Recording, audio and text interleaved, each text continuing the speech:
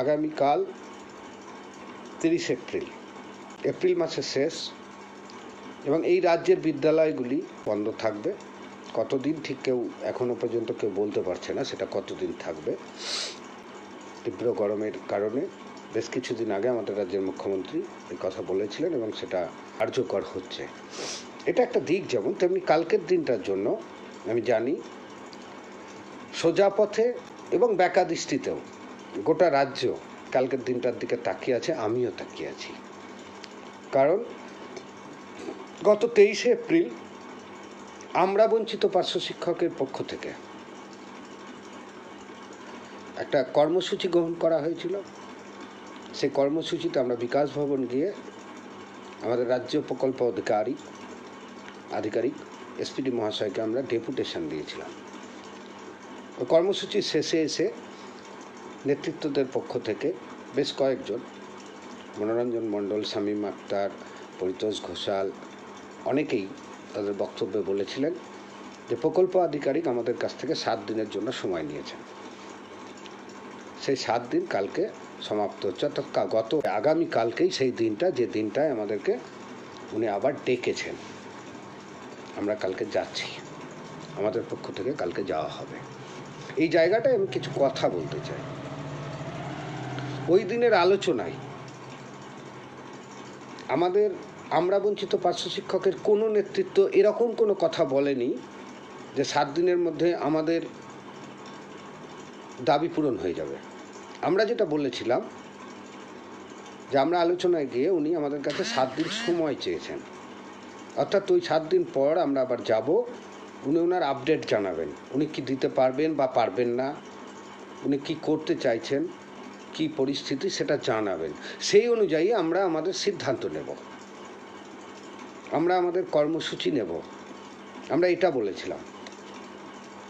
কিন্তু দুঃখজনক হলেও সত্যি, যেটা আমরা জানি না, আমরা বঞ্চিত পার্শ্ব শিক্ষকের কোনো নেতৃত্ব, কোনো সংগঠন জানি না, সেটা আমরা কতিপয় পেজে, পার্শ্ব শিক্ষক সম্পর্কে অন্য কিছু পেজে আমরা দেখতে পাচ্ছি। এমন করে বলা হচ্ছে যেন আমাদের পক্ষ থেকে বলা হয়েছিল, যদিও আক্রমণটা মনোরঞ্জনদাকেই করা হচ্ছে, মনোরঞ্জন মণ্ডলকেই করা হচ্ছে, কিন্তু যেহেতু এটা একটা যৌথ প্ল্যাটফর্মের কর্মসূচি, আমি মনে করছি এই যে বিকৃতভাবে খবরগুলোকে পরিবেশন করা হচ্ছে এবং ইনোসেন্ট সাধারণ পার্শ্ব শিক্ষক যারা জীবনযুদ্ধে লড়তে লড়তে মৃত পায়, যারা যাই দেখে সেটাকে আঁকড়ে ধরে বাঁচতে চায়, তাদেরকে মিসগাইড করা হচ্ছে, তাদেরকে বিভ্রান্ত করা হচ্ছে। আমি করজোরে অনুরোধ করব সেই সমস্ত ব্যক্তিদেরকে, অনেকে আত্মগোপন করে, পরিচয় গোপন করে ফেক আইডির মতো করে বলছেন, অনেকে নিজের নাম দিয়েও বলছেন, কিন্তু বিকৃত কথাবার্তা বলছেন, অসত্য কথা বলছেন। আমি তাদেরকে অনুরোধ করব এই ধরনের মন্তব্য করবেন না। এই ধরনের কোনো কথা 23 তারিখের মঞ্চ থেকে বলা হয়নি। 23 তারিখের মঞ্চে এরকম কোনো প্রতিশ্রুতি দেওয়া হয়নি যে 30 তারিখেই আমাদের সিদ্ধান্ত হয়ে যাবে। যদি হয় ভালো কথা,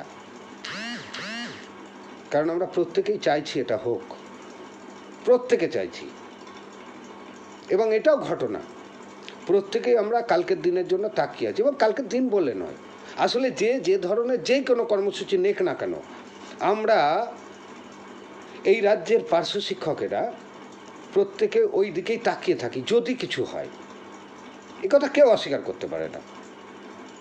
সরকারি তাকিয়ে থাকে বেসরকারির দিকে, বেসরকারি তাকিয়ে থাকে নিরপেক্ষের দিকে, সমিতি তাকিয়ে থাকে মঞ্চের দিকে, মঞ্চ তাকিয়ে থাকে নিরপেক্ষের দিকে। প্রত্যেকেই চায়, মুখে স্বীকার না করলে এটাই ঘটনা, প্রত্যেকেই চায় আমাদের বঞ্চনার অবসান হোক, আমাদের পরিস্থিতির বদল ঘটুক, কিছু আমাদের জন্য হোক, কারণ আমাদের সংসার আর চলছে না।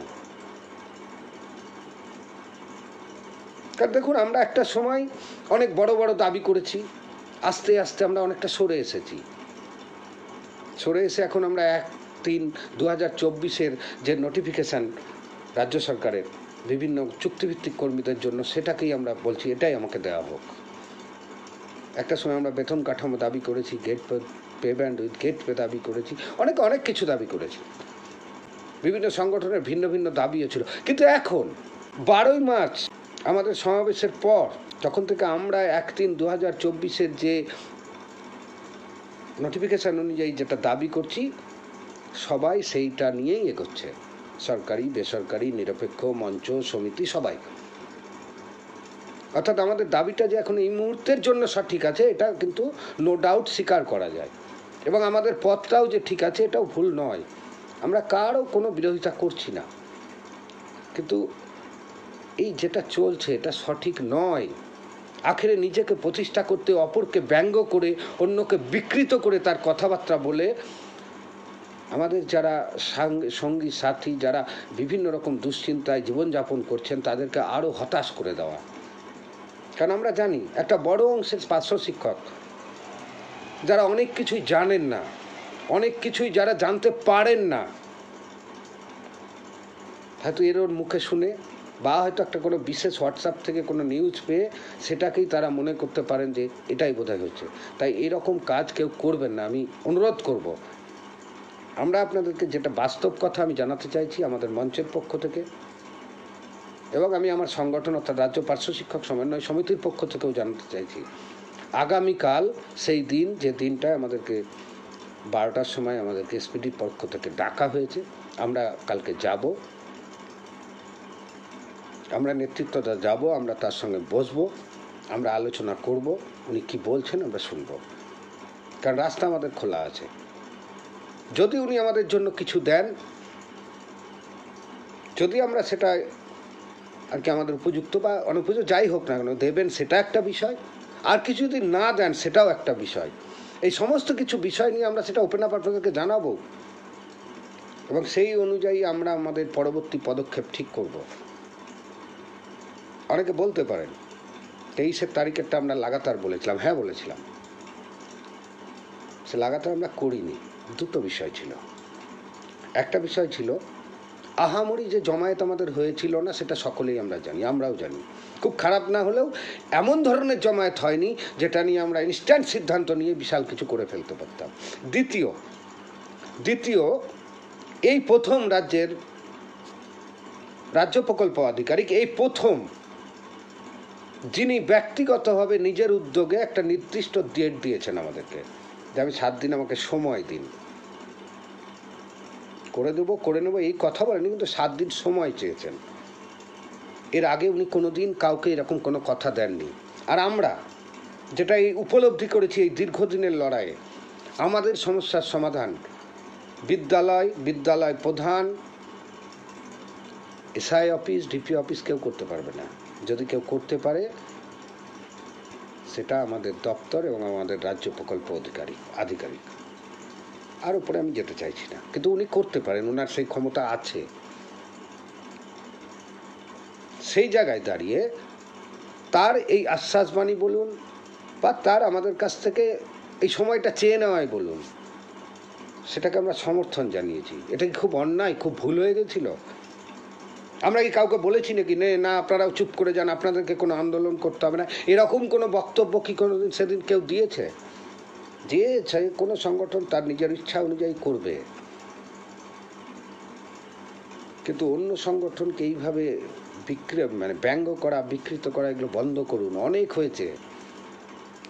হ্যাঁ, অনেকের হয়তো বয়স কম এখনো আছে, তার হাতে অনেক সময় আছে, তার রাজনীতি করার অনেক ইচ্ছে আছে, সেগুলো আলাদা বিষয়, কিন্তু এটা পার্শ্ব শিক্ষকদের জীবন নিয়ে করবেন না। কারণ একটা বড় অংশের পার্শ্ব শিক্ষকের সময় ফুরিয়ে আসছে, তাই তাদেরকে আর হতাশ করবেন না। বাস্তব কথা যেটা সেটাই বলবেন, তাতেই লাভ হবে। বিগত দিনে এই ধরনের পারস্পরিক বাদানুবাদ অনেক আমরা করেছি, হয়তো আমাদের পক্ষ থেকেও করা হয়েছে, ভুল করেছি আমরা। নিজেদের মধ্যে এইভাবে বাদানুবাদ করবেন না, তাহলেই কিন্তু এরকম যে যা পারবে আমাদেরকে ঘন্টার মতো বাজিয়ে দিয়ে চলে যাবে। আজকের দিনে এটা খুব শুভ লক্ষণ। প্রত্যেকে আজকে এই জায়গাটায় দাঁড়িয়ে সায়ন ব্যানার্জির মন্তব্যকে কেন্দ্র করে প্রত্যেকে কিন্তু এই জ্বালাটা অনুভব করছেন যে আমরা অপমানিত, আমাদের সঙ্গে অন্যায় করা হয়েছে। এই জায়গাটাকে ধরে রাখুন। একজন একটা মন্তব্য করেছে, কিন্তু আমাদের সঙ্গে দীর্ঘদিন ধরে যেটা করে যাওয়া হচ্ছে আর্থিকভাবে, মানসিকভাবে, এই জায়গাটায় কেন আমরা এক সুরে কথা বলতে পারছি না? এই একসঙ্গে কথা বলুন। কেউ কারো শত্রু নই আমরা, সবাই একটা জায়গাতেই পৌঁছতে চাইছি, কিন্তু আলাদা আলাদা নিজস্ব পথ ধরে।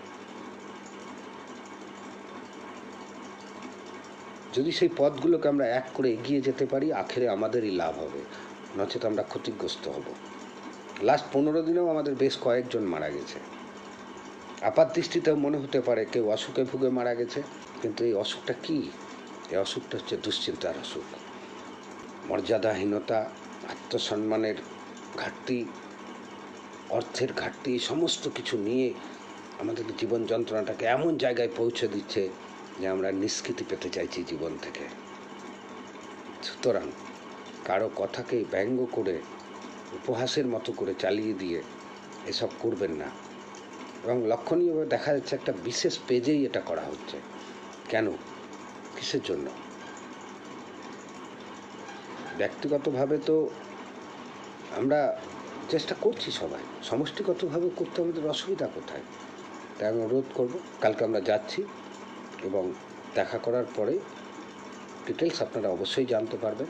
আমি অনুরোধ করব, কেউ এই ধরনের কোনো মন্তব্য করবেন না যে প্রতিশ্রুতি বা ঘোষণা যাই বলুন না কেন করা হয়নি।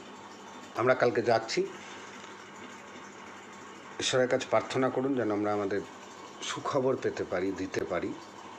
তারপর তো যা হবে পরিস্থিতি অনুযায়ী যেটা হবে, উনি কী বলছেন আমরা শুনব, সেই অনুযায়ী আমরা সিদ্ধান্ত নেব। ধন্যবাদ, সকলে ভালো থাকবেন, নমস্কার।